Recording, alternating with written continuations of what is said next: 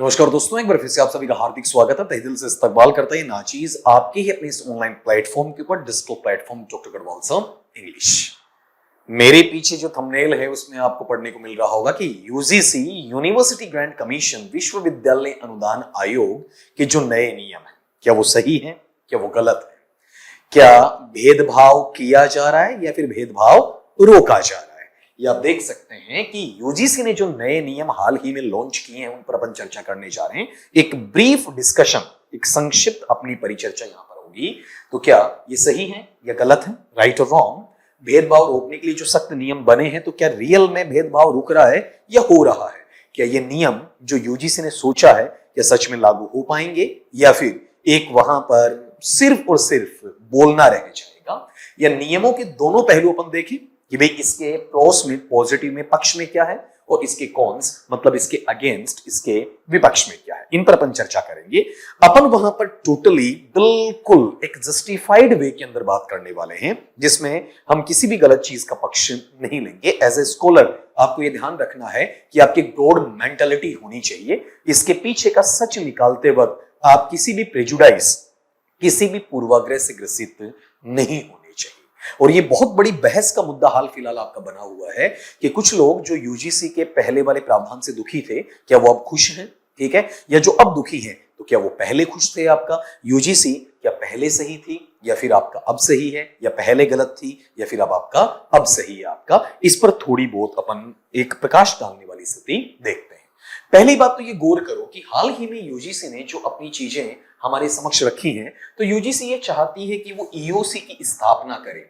EOC के मायने क्या है? ई स्टैंड करता है इक्वल के लिए, ओ स्टैंड करता अपॉर्चुनिटी के लिए, सी स्टैंड करता सेंटर के लिए। मतलब समान तौर पर मौके या अवसर हैं, उनके केंद्र की स्थापना वहां पर की जाए। एक ऐसा अनिवार्य नियम बनाया जा रहा है यूजीसी की तरफ से कि हर कॉलेज के अंदर इक्वल अपॉर्चुनिटी जो सेंटर है ईओसी, वो बनना चाहिए। ये यूजीसी का कहना है। इसका उद्देश्य यूजीसी क्या बताती है कि यह जो सेंटर या ये जो केंद्र होगा, ये जो पिछड़े हैं और जो वंचित छात्र हैं उनको मदद देगा आपका वहां पर। इसका कार्य क्षेत्र क्या होना है आपका वहां पर कि जो अपना एकेडमिक्स मतलब अकादमिक है, आपका पढ़ाई है, उसमें बच्चों को सहायता मिलने वाली है। जो कमजोर तबके के लोग हैं, जो वंचित लोग हैं, ऐसा यूजीसी का कहना है आपका।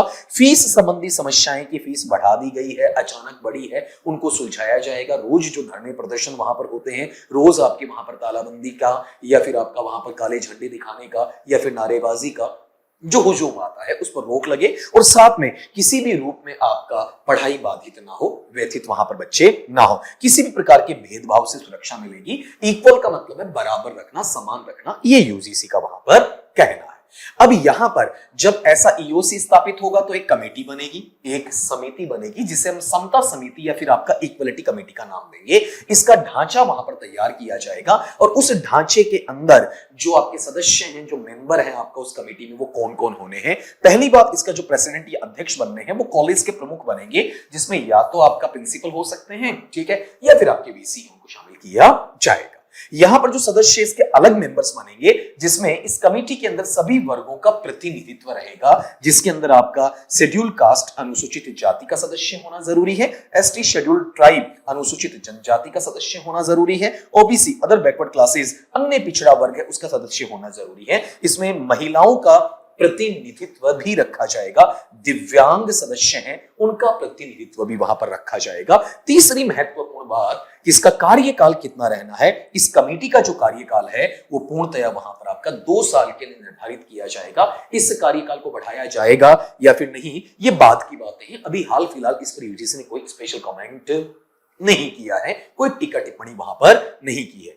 इसमें जो इक्वालिटी का स्क्वाड बनाया जाए, देखो यहां से हम चल रहे हैं बेटा, आपका सबसे पहले ईओसी बन रहा है, ईओसी के बाद में वहां पर आपका इसकी कमेटी बन रही है, अब इसके बाद में इसका स्क्वाड बनाया जाएगा ताकि वो क्या करे, आपका कैंपस में निगरानी रखे कि कहीं कोई भेदभाव तो नहीं हो रहा है, किसी प्रकार की कोई पीड़ा का सामना किसी बच्चे को तो नहीं करना पड़ रहा है। तो एक अलग स्क्वाड या दस्ता है वो तैयार किया जाएगा, जिसे हम इक्वालिटी स्क्वाड का नाम देते हैं यूजीसी के शब्दों के अंदर। आपका इसका कार्य क्या रहेगा? ये स्क्वाड कॉलेज परिसर में, हॉस्टल में, कैंटीन में, भेदभाव जो होता है उस पर नजर रखेगा और ये रिपोर्टिंग करेगा किसको, वहां पर हर 6 महीने, मतलब साल में 2 बार आपका कॉलेज को अपनी रिपोर्ट वहां पर सौंपेगा कि बच्चों के साथ में क्या वाकई में सही व्यवहार किया जा रहा है या किसी स्तर पर भेदभाव हो रहा है। ये अपने ईओसी को, जो आपका मेन नाम, मुख्य नाम यूजीसी ने वहां पर दिया है।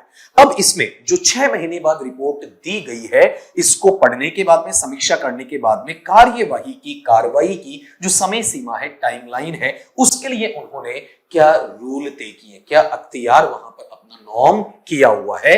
ये रूल है 24 घंटे का नियम बनता है कि अगर शिकायत मिल गई है, अब 6 महीने की रिपोर्ट तो समेकित रिपोर्ट है, बीच में भी तो वहां पर ये बताया जा सकता है।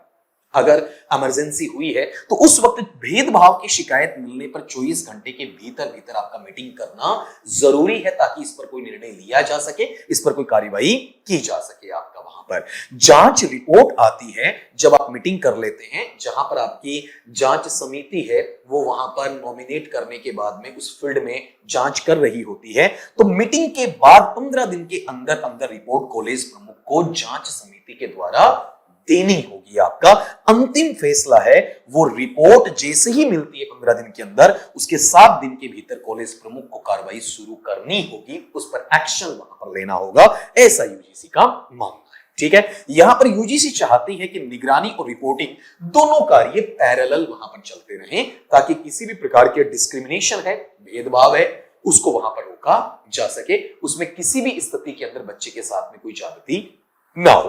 इसके लिए जो एनुअल रिपोर्ट, वैसे सेमी एनुअल अपन कहते हैं, हाफ ईयरली, उसकी बात आई थी, लेकिन फिर भी वार्षिक जो प्रतिवेदन है वो मिलना जरूरी है।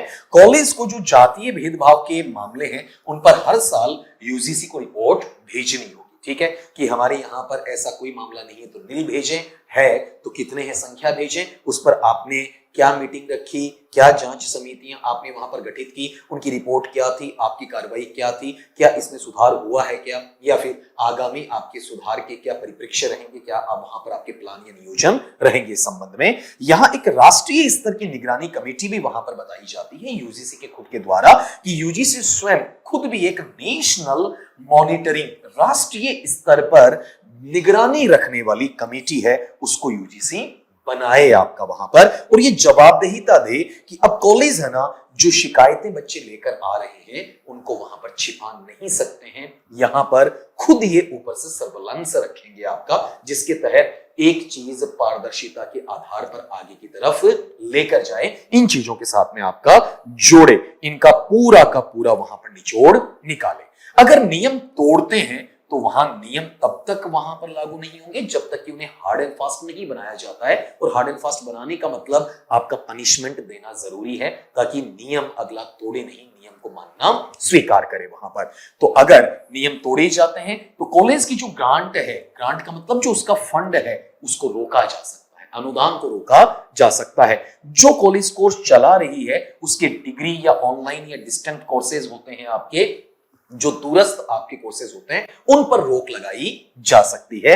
यहां तक कि गंभीर मामले मिले तो यूजीसी उस कॉलेज की मान्यता को भी रद्द कर सकता है। ठीक है, टोटली एक पनिशमेंट का नजरिया उस कॉलेज प्रशासन के लिए, आपका वहां पर उस शिक्षण संस्थान के लिए जो वहां पर यूजीसी के नियम है उनको मानने से इनकार कर देता है, या सख्ती से उन नियमों को लागू वहां पर नहीं करता है। अब अपनी चर्चा जो मैंने शुरू में आपसे ये कहा था, ये तो अभी तक मैंने वो बात की है जो यूजीसी हमें बताती है आपका। ठीक है, हमारी नजरों में क्या यह फैसला सही है? ठीक है, और सही है तो सही क्यों है? ठीक है, हम इसके प्रोस की बात कर रहे हैं, बेटा ये ध्यान रखना, हम प्रोस और कॉन्स दोनों की बात करेंगे, पक्ष की बात भी करेंगे और विपक्ष की बात भी वहां पर करेंगे, दोनों एंगल से देखेंगे, हम किसी एक साइड की बात वहां पर नहीं कर रहे हैं। तो अगर इसकी पॉजिटिविटी की अपन बात करें तो वो ये रहेगी, यहां बच्चों को सुरक्षा का एहसास होता है, जो वंचित, वाकई में वंचित छात्र हैं, ठीक है, वहां पर भेदभाव का कोई नाजायज फायदा नहीं उठा रहे, भेदभाव के नाम का, उनकी बात अपन नहीं करेंगे। जो रियल में वंचित छात्र हैं, रियल में जो आपके बैकवर्ड हैं, उन छात्रों को अब कॉलेज में एक सपोर्ट सिस्टम मिलेगा, बेझिझक बेबाकी के साथ में अपनी पढ़ाई को जारी रख पाएंगे, उनमें कॉन्फिडेंस बूस्ट होगा, उन्हें इस डर से बाहर नहीं किया जाएगा कि भाई हम वहां पर भेदभाव के शिकार होंगे, ये उनके मन से निकल जाएगा। और यहां जो न्याय या जस्टिस सिस्टम होगा वो एट इंस्टेंट होगा, त्वरित होगा। पहले जो शिकायतें तो पहले भी होती थी, चाहे ऐसा सिस्टम था नहीं, लेकिन वो शिकायतें पेंडिंग रहती थी। होगी। अब 24 घंटे में सुनवाई होगी और 15 दिन के अंदर रिपोर्ट अनिवार्य है। तो जहां पर प्रशासन है वो ढीला रहता था, अब उसे एक्टिव रहना पड़ेगा और बच्चों के लिए कार्य करना पड़ेगा। भेदभाव है उस पर भी काफी हद तक अंकुश लगाम लगेगी। कुछ लोग होते हैं, कुछ असामाजिक तत्व होते हैं जो वाकई में कहीं ना कहीं डिस्क्रिमिनेशन कर ही देते हैं आपका, बच्चों को मेंटली डिटीरियोरेट कर देते हैं आपका। तो वहां पर इक्वलिटी स्कोर जो निगरानी रखेगा उसके डर से कैंपस में भेदभाव, अपन ये नहीं कहेंगे हाथों हाथ शून्य हो जाएगा, सिफर हो जाएगा, जीरो हो जाएगा, लेकिन काफी हद तक इस पर अंकुश लगाया जा सकेगा, काफी हद तक इसे कम किया जा सकेगा। लेकिन हम यहां बात कर रहे हैं इसके प्रॉस की, पॉजिटिविटी की। अब अपन यहां पर बात करेंगे इसके कॉन्स की, ठीक है। यूजीसी का आया हुआ ये जो पार्ट है इसमें चुनौतियां कितनी है, क्या वाकई में लागू हो पाएगा, इसमें कमियां हैं या नहीं। तो अपन देखते हैं कि हर सिक्के के दो पहलू होते हैं। आपका हेड्स है तो आपका वहां पर नीचे टैल्स की साइड में भी बन जाते हैं, आपका पक्ष है तो आपका विपक्ष की साइड में भी वहां पर चलते हैं। तो यहां पर देखो अव्यवहारिक समय सीमा है, ठीक है। ये कैसे, यानी आप हथेली पे सरसों उगाना चाहते हैं आपका, ठीक है, कि 24 घंटे में कमेटी इकट्ठी करना कई बार मुश्किल होता है। कोई सरकारी अवकाश आ सकता है, कोई त्योहार आ सकता है, जो कमेटी का मूल मेंबर आपको चाहिए होता है वो वहां अवेलेबल नहीं है, या फिर जांच करते वक्त वहां पर आपके अतिरिक्त कार्यभार की स्थिति वहां पर पड़ जाती है आपका, कई कारण हो सकते हैं। तो सिर्फ और सिर्फ 24 घंटे के अंदर, मतलब भाई रात के 12 घंटे निकालती, दिन के 12 घंटे, उनमें भी जो वर्किंग आवर्स है वो 8 घंटे के आसपास होते हैं। तो 24 तो नाम मात्र है आपका, रियल में 8 घंटे में किसी कमेटी को निर्धारित करना ये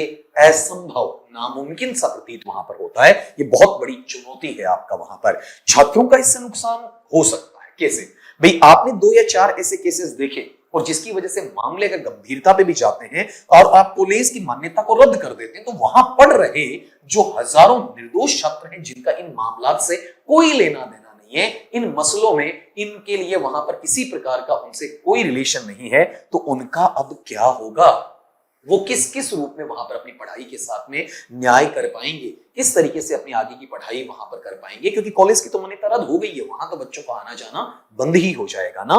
यहां इसके उपयोग की संभावना कम और दुरुपयोग की संभावना भी ज्यादा हो सकती है। अगर आप रंजिश आपस में रखते हैं, आपस में कोई द्वेषता है, कोई दुश्मनी है, तो वहां पर आपको झूठी शिकायतों का जखीरा देखने को सकता है, जिन्हें हम इंग्लिश में फेक कंप्लेंट्स का नाम देते हैं। और ये कई बार होता है ना कि कानून का फायदा उस योग्य व्यक्ति को नहीं मिलता है, अयोग्य व्यक्ति उसका पीछे की गली निकाल के अपना फायदा निकाल ले जाता है, ऐसा भी संभव है। तो इसका डर भी बना रहेगा। अपन नहीं कह सकते कि झूठी शिकायतें की जाएंगी, लेकिन अगर किसी ने झूठी शिकायत कर दी तो उसका डर भी रह सकता है। तो इसके प्रोस में क्या चीज आई, सुरक्षा का एहसास है, त्वरित न्याय है, भेदभाव पर लगाम, तीनों के लिए अपन पक्ष में रहते हैं कि होना चाहिए, ठीक है। लेकिन कहीं ना कहीं क्वेश्चन मार्क लग रहा है कि क्या 24 घंटे में ऐसी कमेटी बन जाएगी, ठीक है, क्या छात्रों का नुकसान नहीं होगा, इस बात की क्या गारंटी है, ठीक है, क्या वहां पर दुरुपयोग नहीं होगा, दावे के साथ यूजीसी कह सकती है क्या, ठीक है। तो दोनों हमें वहां पर इस चीज के लिए देखने पड़ेंगे। कुल मिलाकर as a student, as a scholar, not as a teacher, अध्यापक के नाते नहीं बल्कि एक शिक्षार्थी के नाते, एक आप बच्चों की जगह रखकर अगर मैं खुद सोचता हूं, तो यहां पर निष्कर्ष जो निकलता फाइनल वर्डिक्ट के तौर पर वो ये आता है कि यूजीसी की जो मंशा है, उसकी जो इच्छा है वो ये है कि मैं कुछ अच्छा करूं। तो एक कदम सराहनीय है, ठीक है। यहां यूजीसी का फेवर करते हैं बाकायदा एक स्टूडेंट के तौर पर आपका, जहां पर सामाजिक समानता बढ़ेगी और ये चीज तारीफ काबिल है। दूसरी बात, हमारा सुझाव रहेगा आपका कि अगर कोई झूठी शिकायतें करता है, ठीक है, और इसका नाजायज फायदा उठाना चाहता है, तो उसके लिए सख्त नियम होने चाहिए। उस वक्त झूठी शिकायत करने वाला है उसको इस प्रकार का दंड दिया जाना चाहिए कि भविष्य में वो एक उदाहरण, एक मिसाल बन जाए कि कोई भी झूठी शिकायत वहां पर ना करे। यहां छात्रों के लिए मैं क्या कहना चाहूंगा कि ये आपके अधिकारों का जानने का सही समय है, क्योंकि हमें फंडामेंटल राइट्स जो मिले हैं उनका उपयोग भी हमें वहां पर करना आना चाहिए। हर स्थिति में हमें इतना मजबूत होना चाहिए कि हम अपनी जानकारी खुद के लिए तय कर पाए, आपका वहां पर उसको उपयोग में ले पाए और आने वाली पीढ़ी को वहां पर मजबूत बना पाए, अपने भारत वर्ष को वहां पर एक मजबूती की मिसाल के तौर पर अपन वहां देख पाए। तो कुल मिला के बेटा यहां पर एक मिला जुला निष्कर्ष है, मैंने आप बच्चों के सामने रखा है। उम्मीद करता हूं कि आप जो ये प्लस माइनस चल रहा है आपका सोशल मीडिया पे, कौन सा एक पूरा इसकी पक्ष की तरफ जा रही है भीड़, एक पूरा इसके विपक्ष की तरफ जा रही है, एक यूजीसी के गुणगान गा रही है और एक यूजीसी की आलोचना करते हुए भी नहीं थक रही है। तो मैंने जैसे कहा था कि हर सिक्के के दो पहलू होते हैं, दोनों पक्षों पे आपको देखना है। यूजीसी की मंशा बहुत अच्छी है, लेकिन क्या यूजीसी इस पर खरी उतर पाएगी? क्या यूजीसी जिनको न्याय चाहिए उनको न्याय दिलवा पाएगी, या फिर इसका कोई गलत फायदा तो नहीं उठा लेगा? इसमें कोई वर्ग विभेदीकरण ज्यादा तो नहीं बढ़ जाएगा? जातिगत जो स्तर है उसके अंदर लोग एक दूसरे से रंजिश पालना तो स्टार्ट वहां पर नहीं कर देंगे? आपका क्या मानना है? ठीक है, आप छोटे भाई बहन इस पर अपनी क्या राय रखना चाहते हैं? कमेंट सेक्शन में जरूर जाके वहां पर कमेंट देंगे, आपका लिखेंगे, ठीक है। लेकिन केवल और केवल एक ब्रॉड मेंटालिटी के साथ में, व्यापक मानसिकता के साथ में, किसी भी दूसरे पक्ष को आपकी तरफ से गलत नहीं लिखा जाए, ठीक है। क्योंकि एक स्कॉलर वही होता है जो सबको साथ लेकर चलता है, अच्छी भावना के साथ में देश को आगे बढ़ाता है, ठीक है। केवल और केवल किसी भी वर्ग विशेष की, ना इधर वाले की ना उधर वाले की, किसी भी वर्ग विशेष की बात वहां पर नहीं करता है। केवल पॉजिटिव थिंकिंग के साथ में, ब्रॉड मेंटालिटी के साथ में, व्यापक मानसिकता के साथ में वहां पर बात करो आपका।